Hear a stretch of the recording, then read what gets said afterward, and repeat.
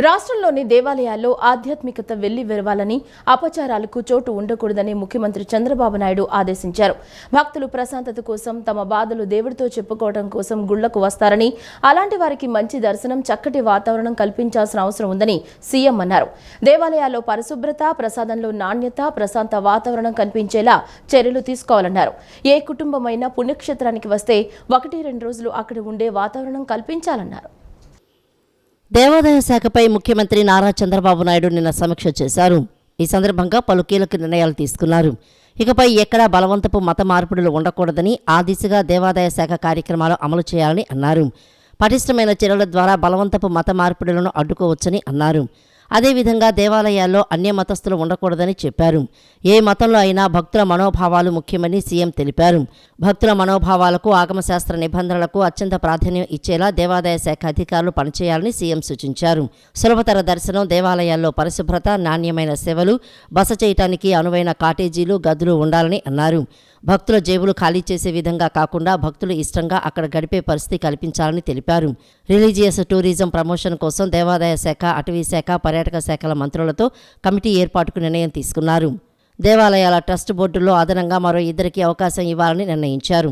Trust బోర్డులో ఒక బ్రాహ్మణుడు, ఒక నాయీ బ్రాహ్మణుడు తప్పకుండా ఉండేలా చూస్తామని చంద్రబాబు ఎన్నికల సమయంలో హామీ ఇచ్చారు. ఆ మేరకు సభ్యుల సంఖ్య పెంచి వారికి అవకాశం కల్పించనున్నారు. అదేవిధంగా 10,000 వేతనం పొందే అర్చకులకు ఇకపై 15,000 ఇవ్వనున్నారు.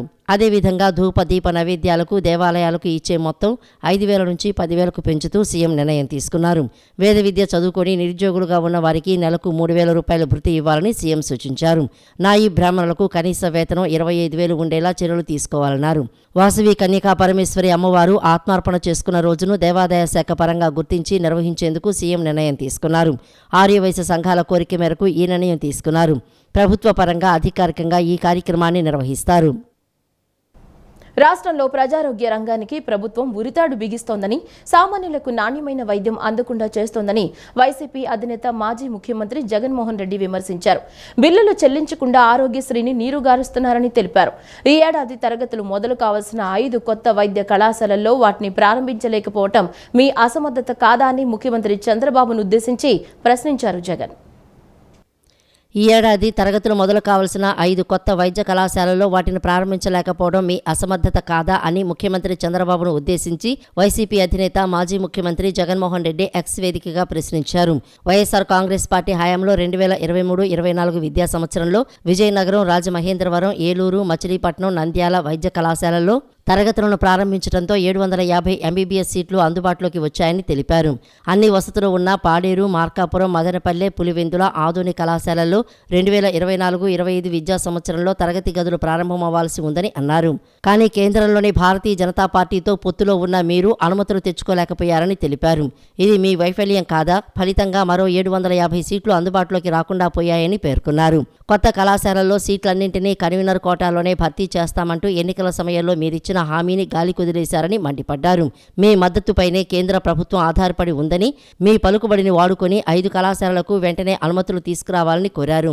పీపీపీ మోడల్ అంటూ ప్రైవేటు కోసం, ప్రైవేటు కొరకు, ప్రైవేటు చేత, ప్రైవేటు వల్ల నడుపుతున్న వ్యవస్థల ప్రజారోగ్య రంగాన్ని మార్చేసి సామాన్యుడికి నాణ్యమైన వైద్యం అందుబాటులో లేని పరిస్థితిని తీసుకువస్తున్నారని ధ్వజమెత్తారు.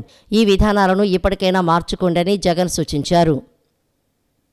కూటమి ప్రభుత్వం రైతు ప్రభుత్వం అని, ప్రతి అడుగులో రైతును ఆదుకునేందుకు అంకిత భావంతో పనిచేస్తుందని, రైతుకి భరోసా ఇచ్చే విధంగా ముందుకు వెళుతుందని రాష్ట్ర పౌర సరఫరాల శాఖ మంత్రి నాదెండ్ల మనోహర్ స్పష్టం చేశారు.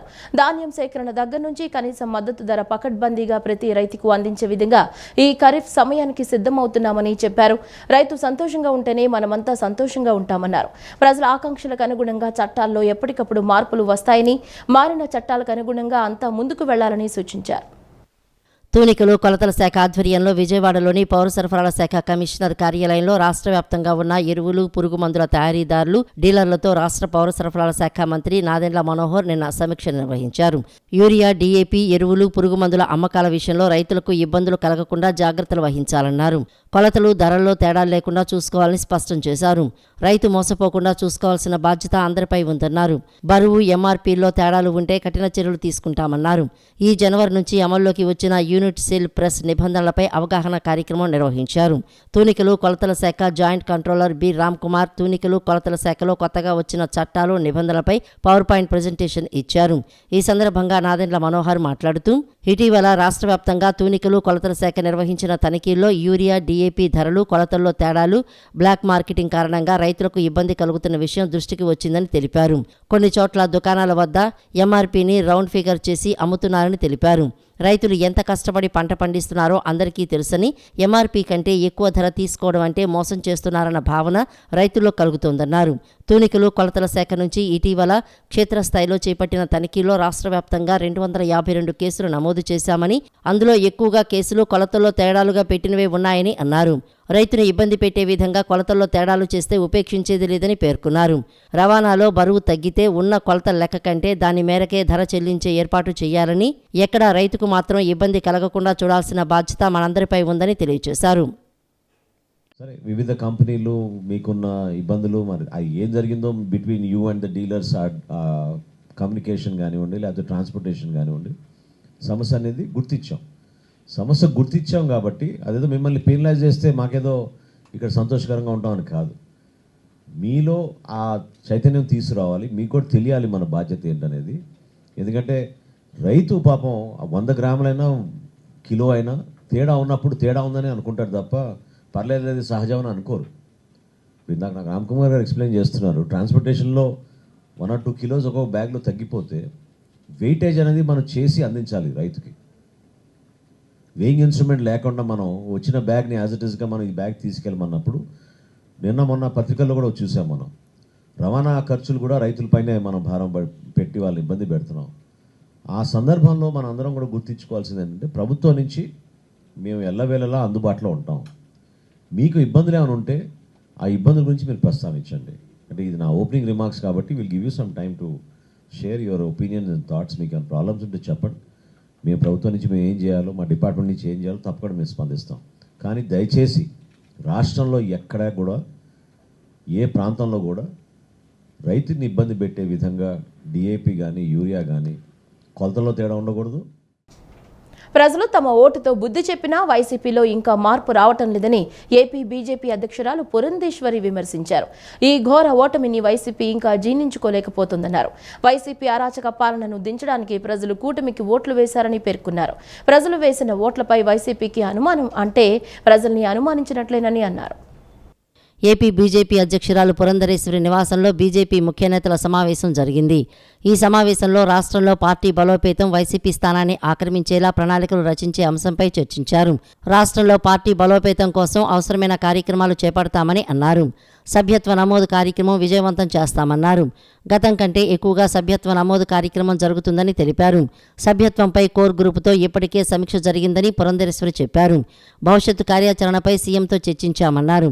కూటమి పార్టీలు సమన్వయంతో ముందుకు వెళ్లాలని సీఎంతో చర్చించామని పురంధరేశ్వరి చెప్పారు. 3 పార్టీల కార్యకర్తలు కష్టపడి పనిచేశారని, అందరికీ న్యాయం జరుగుతుందని తెలిపారు. భవిష్యత్తులోనూ ఇలాగే సమన్వయంతో పనిచేయాలని పార్టీ శ్రేణులకు దిశానిర్దేశం చేశారామె. ఏలూరు మేయర్ దంపతులు వైసీపీని వీడారు. మంత్రి నారా లోకేష్ సమక్షంలో నిన్న తెలుగుదేశం పార్టీలో చేరారు. మేయర్ షేక్ నూర్జహాన్ దంపతులకు లోకేష్ కండువా కప్పి పార్టీలోకి సాదరంగా ఆహ్వానించారు. మేయర్ దంపతులతో పాటు ఈయూడీఏ మాజీ చైర్మన్ వైసీపీ పట్టణ అధ్యక్షులు బి శ్రీనివాస్, మేయర్ దంపతులతో పాటు ఈయూడీఏ మాజీ చైర్మన్ వైసీపీ పట్టణ అధ్యక్షులు బి శ్రీనివాస్, ఏఎంసీ మాజీ చైర్మన్ మంచం మైబాబు, పలువురు వైసీపీ నేతలు తెలుగుదేశం పార్టీలో చేరారు. గత ఎన్నికల్లో వైసీపీని ప్రజలు తిరస్కరించారని మంత్రి నారా లోకేష్ గుర్తు చేశారు. అయినప్పటికీ ఆ పార్టీకి గుణపాఠం రాలేదని, బాధ్యతాయుతంగా వ్యవహరించడం లేదని మండిపడ్డారు. ప్రజా ప్రభుత్వంపై దుష్ప్రచారం చేస్తూ కాలం వెళ్లదీస్తోందని మండిపడ్డారు. ఎన్నికల్లో ఇచ్చిన ప్రతి హామీని నెరవేరుస్తామని మంత్రి నారా లోకేష్ స్పష్టం చేశారు. వైకాపా ప్రభుత్వ హయాంలో అన్ని వ్యవస్థలు నిర్వీర్యమయ్యాయని ఏపీ మంత్రి నారాయణ విమర్శించారు. గతంలో ప్రభుత్వ స్థలాలు ఆక్రమించి నిర్మాణాలు చేశారని, అక్రమ నిర్మాణాలను వదులుకోవాలని పిలుపునిస్తున్నారని అన్నారు. నిర్మాణాలు వదులుకోకపోతే తామే స్వాధీనం చేసుకుంటామన్నారు. ఆక్రమించి నిర్మించిన భవనాల్లో కొన్నింటిని ఇప్పటికే కూలగొట్టామని నారాయణ తెలిపారు. విశాఖపట్నంలోని కాపులుప్పాడు డంపింగ్ యార్డును ఎమ్మెల్యే గంటా శ్రీనివాసరావుతో కలిసి మంత్రి నారాయణ నిన్న పరిశీలించారు. అక్కడ సాలిడ్ వేస్ట్ మేనేజ్మెంట్ ప్లాంట్ను సందర్శించారు. అనంతరం నారాయణ మీడియాతో మాట్లాడారు. ఋషికొండ భవనాలపై సీఎం చంద్రబాబు దృష్టి సారించారని, అందరితో చర్చించి ఆయన నిర్ణయం తీసుకుంటారని తెలిపారు. ఇతర దేశాల్లో సాలిడ్ వేస్ట్ మేనేజ్మెంట్ నిర్వహణలో దుర్వాసన లేదని, అదే విధానంపై అధ్యయనం చేసి ఇక్కడ అమలు చేస్తామన్నారు. వైఎస్ఆర్ కాంగ్రెస్ పార్టీ హయాంలో అన్ని వ్యవస్థలు నిర్వీర్యమయ్యాయని, గత 5 ఏళ్లలో ఒక్క మంత్రి కూడా ఈ ప్లాంటుకు రాలేదని తెలిపారు. 2023లో 450 కోట్ల నిధులు వస్తే వాటిని పక్కదారి పట్టించారని తెలిపారు. సీఎం చంద్రబాబు చొరవ తీసుకుని ఆ డబ్బు మున్సిపల్ శాఖకు ఇచ్చారని అన్నారు. వచ్చే నెల నాటికి టీడీఆర్ కుంభకోణాలపై స్పష్టత వస్తుందన్నారు. సెప్టెంబర్ 13న మరో 75 క్యాంటీన్లు ప్రారంభిస్తామని చెప్పారు. విశాఖలో పార్కును ఆక్రమించి నిర్మాణాలు చేశారని ఎమ్మెల్యే గంటా శ్రీనివాసరావు అన్నారు. అక్రమ నిర్మాణాలు చేపడితే హైడ్రా తరహా చర్యలు మొదలు పెట్టాల్సి ఉంటుందని పేర్కొన్నారు. ఈ వేస్ట్ ఎనర్జీ ప్లాంట్ అనేది ఆంధ్రప్రదేశ్ రాష్ట్రంలో this is the first plant. Combined ఆంధ్రాలో కూడా ఇదే ఫస్ట్ ప్లాంట్. ఎందుకంటే 2014-19 దాకా నేను మినిస్టర్ గా ఉన్నప్పుడు అమరావతి రాజధాని కోసంగా అనేక దేశ విదేశాలు తిరిగాం. టోక్యో కావచ్చు, సింగపూర్ కావచ్చు, చైనా, జపాన్, రష్యా అని అనేక అక్కడంతా యాక్చువల్ గా దీని మీద సాలిడ్ వేస్ట్ మీద స్టడీ చేశాం. Solid waste, liquid waste. ఈ రోజు సింగపూర్ తీసుకుంటే 720 చదరపు కిలోమీటర్ల ఏరియా, మన Visakhapatnam municipal corporation 620, 650 almost equal. వాళ్ళ దగ్గర 4 ప్లాంట్లు ఇలా ఉన్నాయి. టోటల్ సాలిడ్ వేస్ట్ అంతా 4 ప్లాంట్లు వేస్తారు, బర్న్ అయిపోద్ది, ఎలక్ట్రిసిటీ ప్రొడ్యూస్ అవుతుంది. Tokyo city 1 crore population, 50 divisions, 49 ప్లాంట్లు ఉన్నాయి. నేను చెప్పేది 2014-19లో 49 ప్లాంట్లు, 50 వార్డు, 49 ప్లాంట్లు. 20 టన్స్ వచ్చిన వేస్ట్ దాని నుంచి ఎలక్ట్రిసిటీ ప్రొడ్యూస్ చేస్తున్నారు. 200 టన్నుల కంటే తక్కువ వస్తే దాన్ని బర్న్ చేసి వదిలేస్తున్నారు. ఇలా ఉంటే వాటిలన్నిటి స్టడీ చేసి ఆ రోజు మన ముఖ్యమంత్రి గారు Swachh Bharat convener, prime minister Narendra Modi గారు ఆ రోజు 7 మంది సీఎంలతో కమిటీ చేశారు. దాంట్లో మన ఆంధ్రప్రదేశ్ నుంచి ముఖ్యమంత్రి నారా చంద్రబాబు నాయుడు గారిని కన్వీనర్ గా పెట్టారు. నేను కూడా ఆ మీటింగ్లకి మంత్రిగా పోయేవాడిని, అక్కడ కూడా డిస్కస్ చేశారు. ఫైనల్ గా ఆ రోజు ముఖ్యమంత్రి గారికి సింగపూర్ లోను, టోక్యోలో ప్లాంట్లు కూడా చూశారు. మేము విజిట్ పోయినప్పుడు వారికి చెప్పడం జరిగింది, వాళ్ళు చూశారు. వెంటనే యాక్చువల్ గా ఆంధ్రప్రదేశ్ లోని అన్ని జిల్లాల్లో 13 జిల్లాల్లో 13 ప్లాంట్లు పెట్టమని ఆదేశించారు. ఇక్కడ వచ్చి 1200 టన్తో 15 మెగావాట్లు ప్రొడ్యూస్ చేసే ప్లాంట్ వేస్ట్ ని బర్న్ చేస్తారు. దాని నుంచి ఎలక్ట్రిసిటీ ప్రొడ్యూస్ అవుతుంది. మిగిలిన యాష్ తో బ్రిక్స్ చేస్తారు. అంటే గుంటూరులో కూడా ఒక 1000 టన్స్ యాక్చువల్ గా స్టార్ట్ చేశారు. ఈ 2 రన్ అవుతున్నాయి. మిగతా జిల్లాల్లో కూడా టెండర్ పిలిచాం. అయితే గవర్నమెంట్ పవర్తో అవన్నీ ఆగిపోయినాయి. రీసెంట్ గానే ముఖ్యమంత్రి గారు వారి రివ్యూలో చెప్పారు, మీరు 2014-19 ఏదైతే ప్లాన్ చేశారో దాంతో ఇంకా లేటెస్ట్ టెక్నాలజీ ఏమన్నా ఉంటే వేస్ట్ ఎనర్జీ ప్లాంట్లే కాకుండా ఇంకా లేటెస్ట్ టెక్నాలజీ అంతా చేయమన్నారు. దాని మీద కూడా స్టడీ చేస్తున్నాం. ఆంధ్రప్రదేశ్ అసెంబ్లీ ఎన్నికల పోలింగ్ శాతంపై రోజు రోజుకు అనుమానాలు పెరుగుతున్నాయని, వాటిని నివృత్తి చేయాల్సిన అవసరం ఎన్నికల సంఘానికి ఉందని వైఎస్ఆర్సీపీ నేత మాజీ మంత్రి అంబటి రాంబాబు అన్నారు. ఏపీలో పోలింగ్ శాతం వివరాలపై తమకు అనుమానం ఉందని, పోలింగ్ శాతాన్ని ఈసీ 3 సార్లు వేరువేరుగా వెల్లడించారన్నారు. ఏ అసెంబ్లీలో ఎంత శాతం పోలింగ్ నమోదైంది, ఒక్క అభ్యర్థికి ఎన్ని ఓట్లు వచ్చాయో ఈసీ వెల్లడించడం లేదన్నారు. ఫామ్ 20 సమాచారాన్ని వెంటనే అప్లోడ్ చేయాలని అంబటి ఈసీని డిమాండ్ చేశారు. వైఎస్ఆర్సీపీ పార్టీ ప్రతినిధులు ఏపీ ఎన్నికల ప్రధాన అధికారి వివేక్ యాదవ్ను నిన్న కలిశారు. అనంతరం సచివాలయం వద్ద మాజీ మంత్రి అంబటి రాంబాబు మీడియాతో మాట్లాడారు. ఈవీఎంలను ట్యాంపరింగ్ చేస్తారని మొదట చంద్రబాబే అన్నారని, గతంలో ఈవీఎంలపై ఫిర్యాదు చేశారని తెలిపారు. ఈవీఎంలలో ఎన్ని ఓట్లు పడ్డాయో వీవీప్యాట్లో కూడా అన్నే చూపించాలని, కానీ ఏపీలో అలాంటి పరిస్థితి లేదని ఆరోపించారు. తమ అనుమానాల్ని ఈసీ నివృత్తి చేయాల్సిందేనని తెలిపారు. త్వరలో ఈసీ స్పష్టత ఇస్తుందని ఆశిస్తున్నామని అన్నారు. ఏపీ సీఈఓను కలిసిన వాళ్లలో అంబటితో పాటు మాజీ మంత్రి మేరుగ నాగార్జున, ఎమ్మెల్సీ లేల అప్పిరెడ్డి తదితరులు ఉన్నారు. టైం అయిపోయిన తర్వాత కొన్ని చోట్ల పోలింగ్ ముగిసి ఉండదు, కొన్ని చోట్ల ముగిసి ఉంటుంది. పోలింగ్ 6 గంటలకు అయిపోయిన తర్వాత ఎలక్షన్ కమిషన్ కొన్ని ఫిగర్స్ రిలీజ్ చేసింది. అదేమిటంటే మాకు అందిన సమాచారం ప్రకారం 68.12% ఆంధ్రప్రదేశ్ లో పోల్ అయినాయి అని. మిగతా డీటెయిల్స్ తర్వాత ఇస్తాము అన్నారు. ఎందుకంటే మిగతా డీటెయిల్స్ అంటే ఆ తర్వాత కూడా ప్రాంగణంలో ఉన్న వారికి టోకెన్స్ ఇచ్చి ఓట్లు వేయించారు కాబట్టి అవి పెరుగుతాయి కాబట్టి. ఆ తర్వాత అదే రోజు 11:45 సుమారుగా ఆ ప్రాంతంలో మరొక అనౌన్స్మెంట్ చేశారు. అదేమిటంటే 76.5% అంటే పెరిగింది. 68.12 నుంచి 76.5కి పెరిగింది. పెరగడం అనేది సహజమైనటువంటి. ఆ తర్వాత ఫైనల్ ఫిగర్స్ ప్రకటించినప్పుడు 80.66 ప్రకటించారు. అంటే ఫస్ట్ ప్రకటించినప్పుడు 68.12, రెండవసారి ప్రకటించినప్పుడు అదే రోజున 76.5%, మళ్ళీ ఫైనల్ ఫిగర్స్ ప్రకటించిన తర్వాత 80.66 ప్రకటించారు. చాలా డిఫరెంట్గా ఉన్నాయి. ఆ తర్వాత 13వ తారీఖున అయిపోయిన తర్వాత 4వ తారీఖున పోలింగ్ జరిగింది, కౌంటింగ్ జరిగింది. ఆ కౌంటీ ఫిగర్స్ చూస్తే ఎంత ఉన్నాయంటే 82 పైచిలుకుంది పర్సంటేజ్. ఇది చాలా ఆశ్చర్యాన్ని కలిగిస్తున్నటువంటి అంశం, ఒకదానికి పొంతం లేనటువంటి అంశంగా అనిపిస్తూ ఉంది. వాళ్ళు ఇచ్చిన ఫిగర్సే. శారీరక ఆరోగ్యంతో పాటు మానసిక ఆరోగ్యానికి వ్యాయామం ఎంతో అవసరమని మచిలీపట్నం పార్లమెంట్ సభ్యులు వల్లభనేని బాలశౌరి, గన్నవరం నియోజకవర్గం ఎమ్మెల్యే యార్లగడ్డ వెంకట్రావు అన్నారు. ప్రజా సమస్యల పరిష్కారం కోసం ఎన్డీఏ ప్రభుత్వం కట్టుబడి ఉందని పేర్కొన్నారు. రాబోయే రోజుల్లో అన్ని వ్యవస్థలను ప్రక్షాళన చేస్తామని, గన్నవరం రూపురేఖలను మార్చుతానని పునరుద్ఘాటించారు. గన్నవరం జడ్పీ హైస్కూల్ ప్లేగ్రౌండ్లో 7 లక్షల ఎంపీ నిధులతో ఏర్పాటు చేసిన ఓపెన్ జిమ్ను మచిలీపట్నం ఎంపీ బాలశౌరి, గన్నవరం ఎమ్మెల్యే యార్లగడ్డ వెంకట్రావు కలిసి ప్రారంభించారు. ఈ సందర్భంగా జిమ్లో ఏర్పాటు చేసిన పరికరాలను పరిశీలించిన వారు కాసేపు వ్యాయామం చేస్తూ ఉల్లాసంగా గడిపారు. ఈ సందర్భంగా ఎంపీ బాలశౌరి మాట్లాడుతూ ప్రతి ఒక్కరూ ఆరోగ్యంగా ఉండేందుకు నిత్య జీవితంలో వ్యాయామాన్ని ఓ భాగం చేసుకోవాలని సూచించారు. ప్రజా ఆరోగ్యం కోసమే నేడు ఈ ఓపెన్ జిమ్ను ప్రారంభించడం జరిగిందని తెలిపారు. ల్యాబ్కి గురించి కొన్ని డబ్బులు అడిగారు. సో దాన్ని కూడా చాలా ఇంపార్టెంట్ ఇష్యూ. ఇప్పుడు మనకి ప్రతి స్కూల్లో కానీ లేదా కాలేజీల్లో కానీ కొన్ని బిల్డింగ్స్ ఉంటున్నాయి, కానీ కరెక్ట్ అయినటువంటి ఫిజిక్స్ ల్యాబ్ కానీ కెమిస్ట్రీ ల్యాబ్ కానీ మనకు ఉండలేదు. పిల్లలకి ప్రయోగాత్మకంగా ప్రాక్టికల్స్ కానీ చక్కగా చేసుకున్నట్లయితే నాలెడ్జ్ బాగుంటుంది. సో తప్పకుండా ఎమ్మెల్యే గారు నేను కలిసి సిఎస్ఆర్ ఫండ్స్ ఏదైతే కేంద్ర ప్రభుత్వం నుంచి కొంత డబ్బులు తీసుకొచ్చి ఆ జూనియర్ కాలేజీకి డెఫినెట్గా అభివృద్ధి చేయడానికి మా వంతు నేను కృషి చేస్తాను.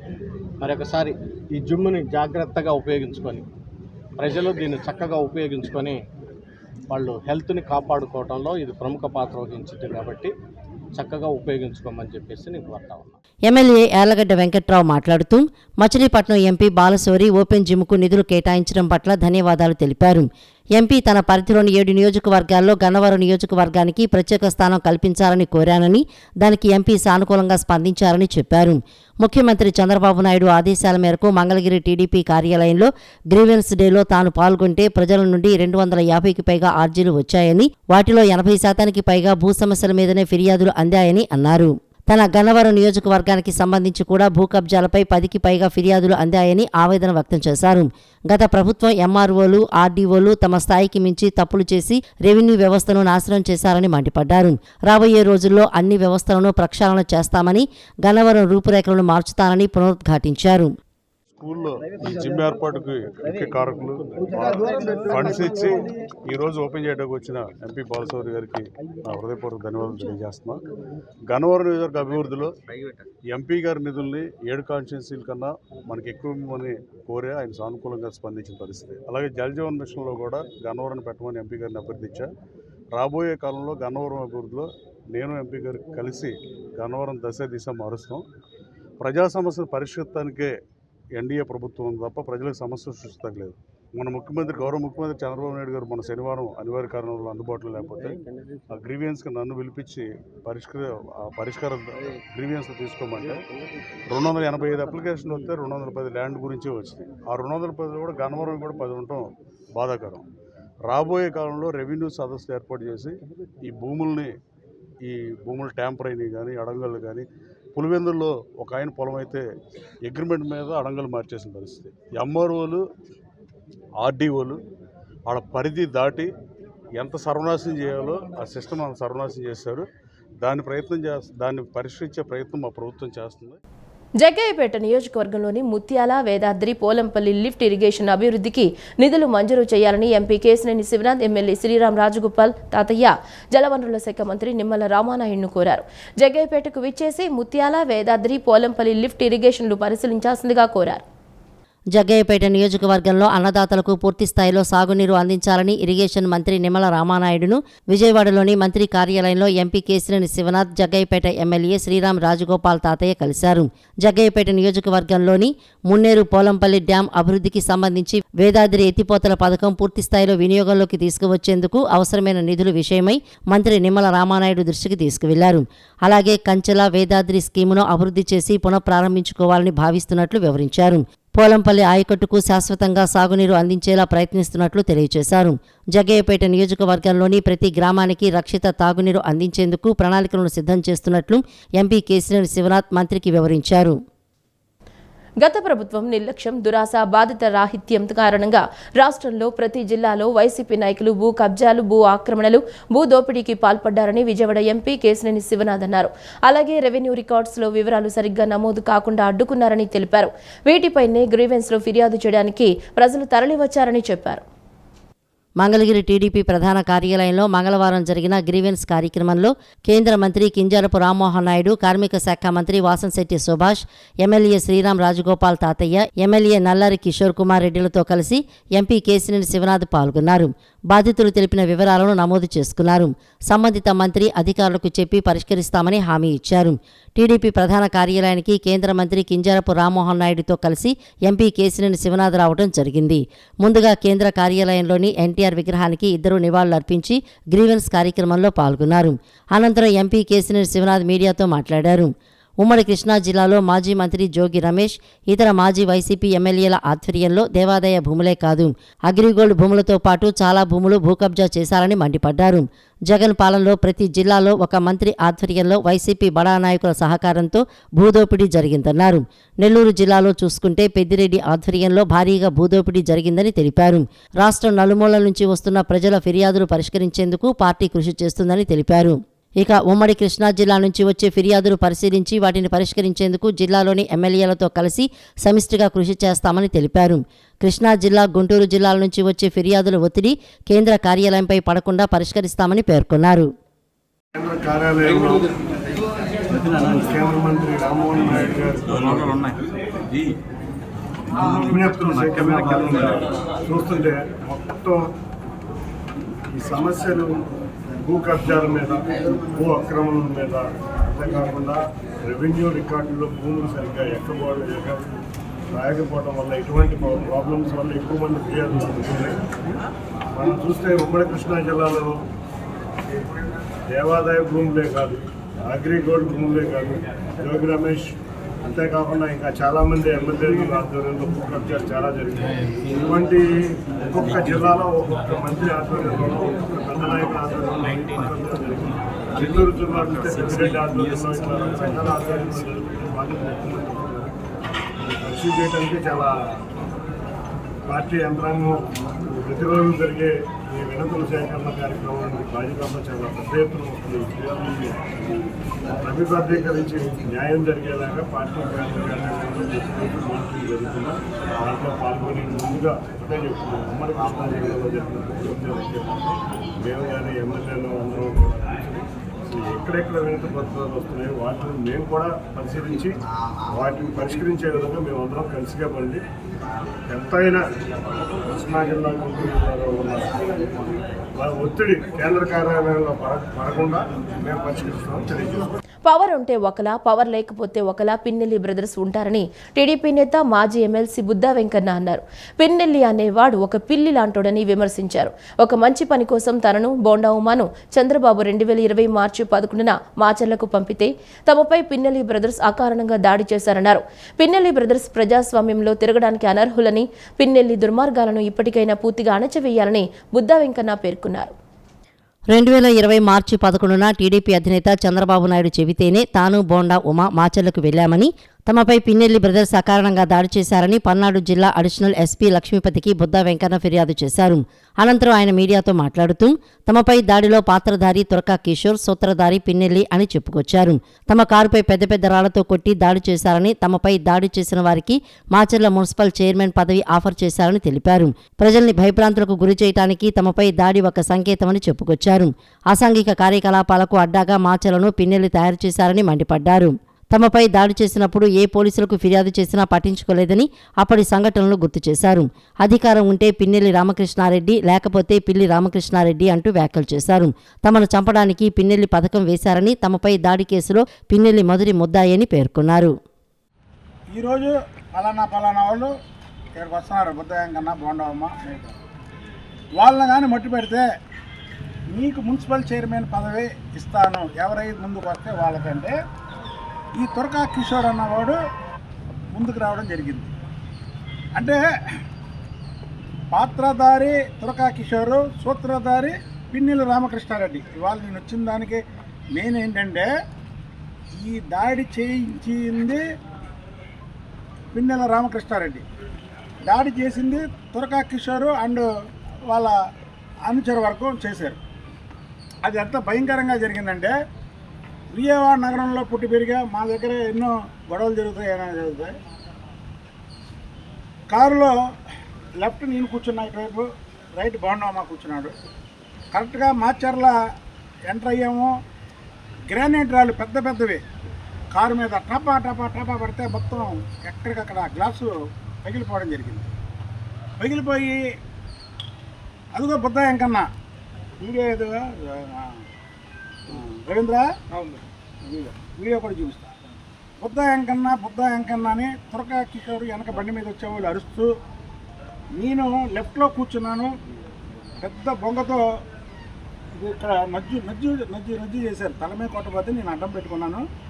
నజ్జు చేశారు. పశ్చిమ నియోజకవర్గంలో వైసీపీకి మరోసారి షాక్ తగిలింది. 39వ division YCP corporator Gudivada Narendra Raghava నిన్న బీజేపీలో చేరారు. బీజేపీ రాష్ట్ర అధ్యక్షురాలు దగ్గుపాటి పురంధేశ్వరి, పశ్చిమ ఎమ్మెల్యే యలమంచిలి సుజనా చౌదరి సమక్షంలో గాయత్రీనగర్లోని పురంధేశ్వరి నివాసంలో కాషాయ కండువా కప్పుకున్నారు.